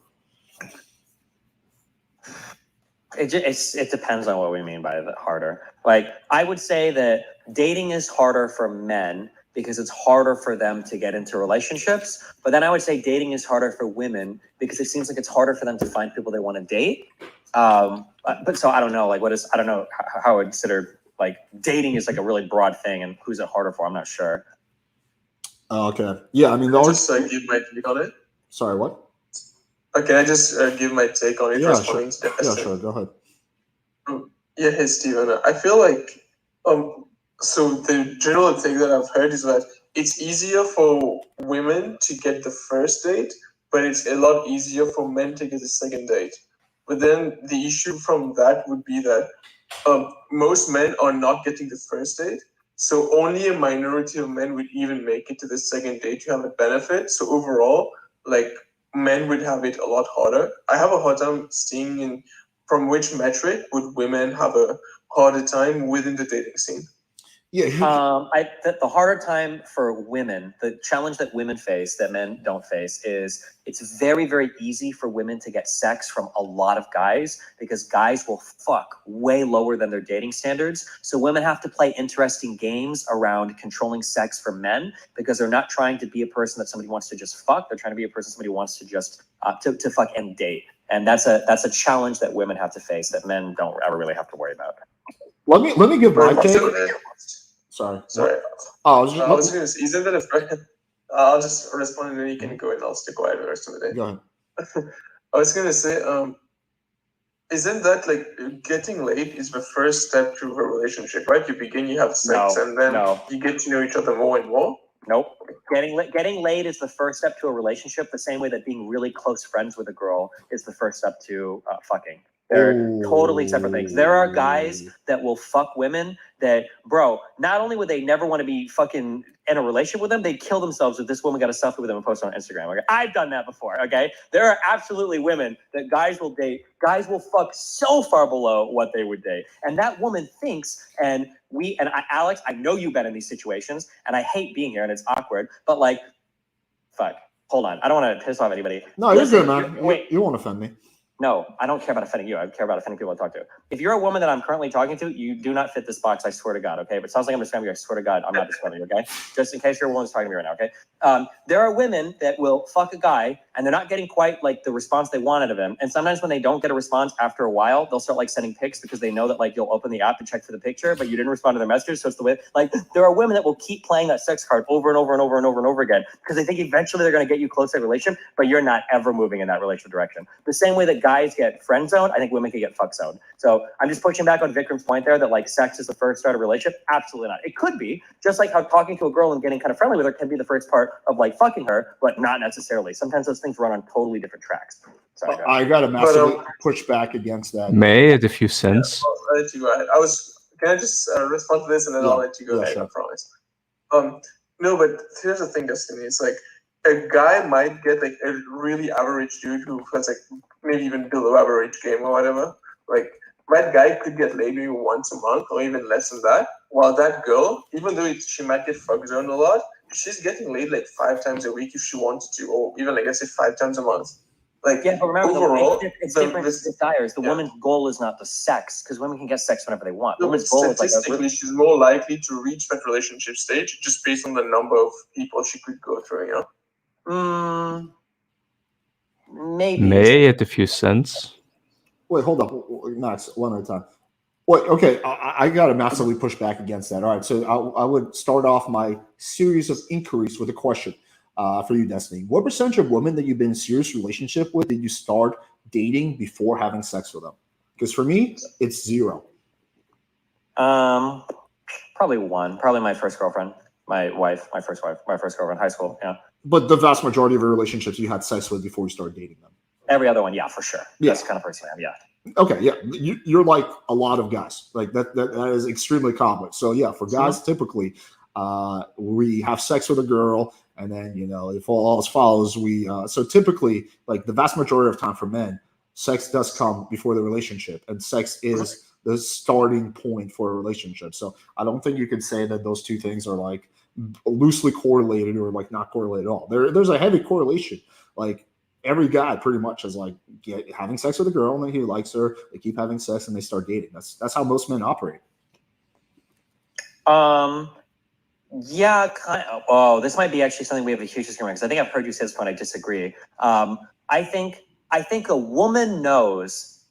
I think a woman knows whether or not she'll fuck a guy very, very, very early on. Sure.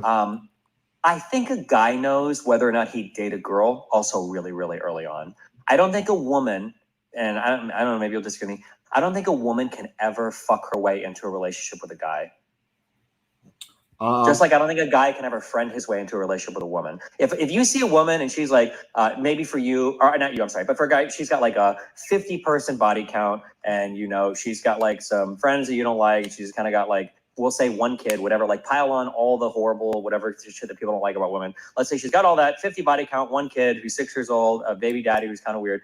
That woman is never fucking her way to a relationship with you. It would never happen. Yeah, I think I disagree with that. I think people start to grow feelings over time, and quite often you wind up getting into a relationship with people that you thought you would never date. When me and my current girlfriend met, Natty, we were straight up strictly fuck buddies. We both said we're just gonna keep this casual, like we're not gonna date. I never imagined myself dating her. She never imagined herself dating me, and lo and behold, we are dating, right? And that's been actually like that with a lot of my relationships. I think you keep hanging out with someone, you start to develop feelings for them. You start to realize it doesn't always happen. Sometimes you keep hanging out with them and you realize they're fucking suck and you never want to date them. But like quite often you do start hanging out with a girl and you start realizing, hey, there's all these things about this girl that I like that I didn't realize, in the beginning. And also like the 50 body count or the fact that she has like this stuff is largely emotional. It's not logical. Men like to LARP around and pretend like, oh, it's just like the best option. But typically, men get into a relationship for emotional reasons. It's typically not logical. And I think, we have a lot of data. I think I can. Yeah, I think I can partially agree with you there. The only different thing I would make here, though, is that like there's something I'm still thinking about. I don't know if friends with benefits exist. I think that might always turn into either a relationship or a dumpster fire. So if you found a girl. I would separate out. Here's what I would do. I would take one night stands and I would put them in one category. And then I would take friends with benefits and I would put that for a man really close to a relationship. I think that if there's somebody that you're willing to meet and fuck on a regular basis, I think there's a high likelihood that, like you said, like feelings are developing or there's some foundation already there that's a lot greater than just like a girl you'd be willing to fuck one time in a club. I think generally speaking. Well, it can just be initially for like me, I think a lot of guys, it's like, hey, this girl's hot. She's not crazy. She's pretty fun to talk to, so I'm going to make her friends with benefits, right? But that's not typically, at least for me, that's not enough to be in a relationship with someone. I have to learn a lot more things about her. I mean, I've had many friends with benefits type of situations that were not one night stands that were neither relationships or dumpster fires that ended very amicably when one of us got into a relationship. So yeah, I don't know, man. I would disagree with that. Were you in relationships when you had those friends with benefits? Quite often, no. Like quite often, I was not in relationships when most of the time I was not in a relationship when I had friends with benefits. Huh, interesting. I guess I personally feel like a friends with benefits situation is already like you're almost in a relationship already, depending on the extent to which you communicate. But yeah, I mean, I think I don't know, maybe I don't know. I guess there's an element of like personal preference or whatever. But I think friends with benefits, it's certainly further along than a one night stand or a date when it comes to a relationship. I still think like typically when you're friends with benefits, you're both fucking other people, so you're not monogamous with each other. Typically, you're not really that intimate. You haven't met each other's parents. You don't talk about. Sure, but like those things are like serious relationship things. When you're like meeting parents and stuff. But I guess depending on how you're friends with, I feel like friends with benefits looks like the first stages of dating or like the very early parts of like casual dating. That's what it feels like to me. Like you meet semi-regularly, you have sex, you're probably doing like kind of coupley things. Maybe you literally just booty call, but I think usually you're like watching movies. You might even go out to eat. It feels like extended, like friends with benefits that's lasting for like more than a month is like, it feels like an early stage relationship to me. But I could be wrong. It might not be for everybody. But I think that supports my earlier point that sex is the beginning of a relationship.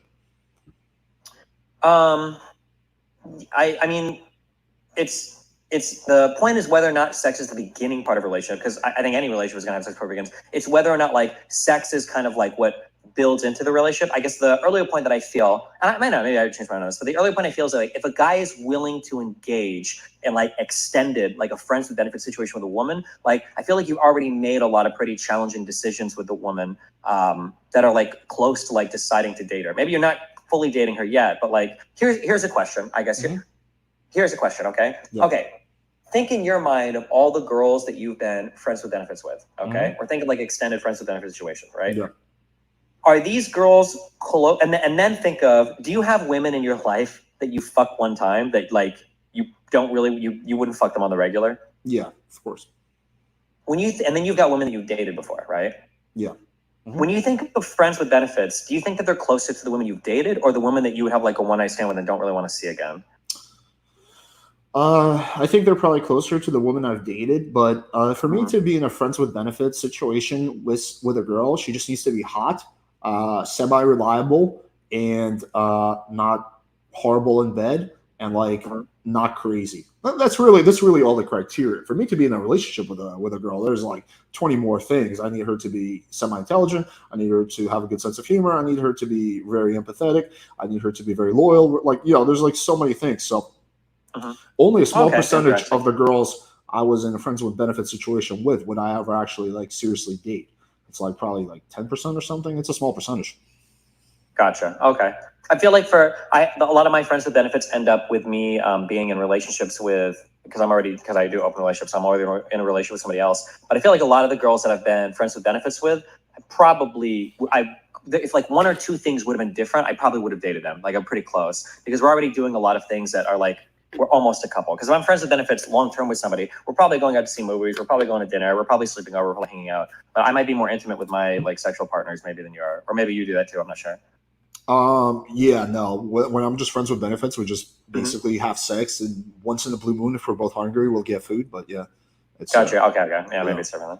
But okay, going back to the initial thing. So here's kind of my, I guess my position during that debate. So I think that men and women face different challenges when it comes to dating marketplace. However, if we're to look at like who overwhelmingly, holistically has it harder, I think men get the crown.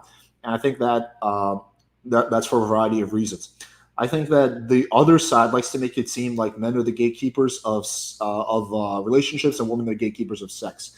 But in reality, part of that is true. Women are the gatekeepers of sex. But when it comes to relationships, it's not always the man is the gatekeeper. It's typically who's less needy. So whoever wants the relationship less. I just had too many coaching clients who literally like were the ones who wanted the relationship. The girl didn't want a relationship with them. So I think that one really just depends on the couple. So I think that when it comes to getting into a relationship, once you've been dating, it's probably equal difficulty. But because it's so much harder for a man to get the first date, then if we consider those things, because look, if let's just say that, I don't know, like 20% of the girls that you go on a date with are open to being in a relationship with you, and for a girl, 20% of the guys she goes in a relationship with is open to being in a relationship with her, right? Well, if the girl can get like 10 dates a week and the guy gets like 2 dates a year, even though it's about the same, overwhelmingly, the girl has a way higher success rate or chance of being able to get into a relationship. So that was like my whole take on it. It might be possible if you run the numbers game out. But it seems like, like women don't go after, like women could have way more. I think men actually have, I think men have more average partners than women when it comes to sex. Yeah, I think that's true. Yeah. So it seems like women aren't chasing the sex thing as much as they could be. I guess I just like, if I think of in my head, if I think, A and B are seeing each other and they've been fucking for a while now. A really wants to push for a relationship, but B's not really feeling it. In that situation, like 95% of the time, A feels like a woman there and B feels like a guy. Where they've had a sexual relationship for quite a while and one person wants to make it more serious and the other person doesn't. It always feels like it's the woman that would want to make it more serious, but the guy's just not. Yeah, my intuition might be wrong there, but yeah, I don't know. My speculation is that's like kind of split down the middle, where like sometimes it's the guy, sometimes it's the girl. I guess to add on to that, and again, you might disagree. I feel like women don't usually entertain long-term sexual relationships with people that they also wouldn't be able to date. I feel like that's really rare, but I could be wrong on that. That's just a feeling I have. I think a smaller percentage of women do that than men. I think generally speaking, that is something that more likely is to happen to a guy. But typically, like a woman, maybe she'll wait a month, maybe she'll wait a year, but at some point she's going to be like, hey, where's this going if she wants a relationship? And I think quite often guys will do that too if they want a relationship. Okay, anything else? No, I mean, that's basically it. Last question. When are we doing the cold approach challenge video, whatever you want to call it? Good question. We should at some point, though, huh? You want to make it happen this month? I'm trying to think of how many places I'm going to this month. I don't know. We should try it. I respond better to my text. I'll try. I see your text. I just suck at responding. I'll try to respond better. Yeah, because you text me all the time and you invite me to places. I know, dude. I feel like I'm like texting like a fucking hot 18-year-old girl. I do way better at responding. If you ever message me on Discord, I always respond to Discord at the absolute latest 48 hours. And text are just like whenever I fucking see them again because I suck at that. But yeah. Well, are you guys like all in your place right now? Who are these people in the background? No, they're not in my place. We're just I'm using StreamYard, so it's a whole bunch of people that were on the panel because we're doing a show before you came on. But yeah, I mean, we're doing a pickup challenge. Actually, as kind of corny as that sounds, next weekend. But even after that, we could do something. I have the last question. How often do you debate, guys? How often do I debate guys? How often do you debate each other? I mean, you and Alex. Not that often. I feel like most of our debates are like just conversations. Yeah, maybe a couple times a month. I think it just depends on what I'm talking about or what's going on. Yeah, it's sometimes it's really fucking tough to find something that I substantially disagree with Destiny on. That's the issue. But yeah, cool, man. All right, buddy. I'll hit you up on Discord then. Yeah, have fun. Be careful, bud. Bye, dude. Have a good one. Take care. All right, say goodbye, Destiny. Goodbye.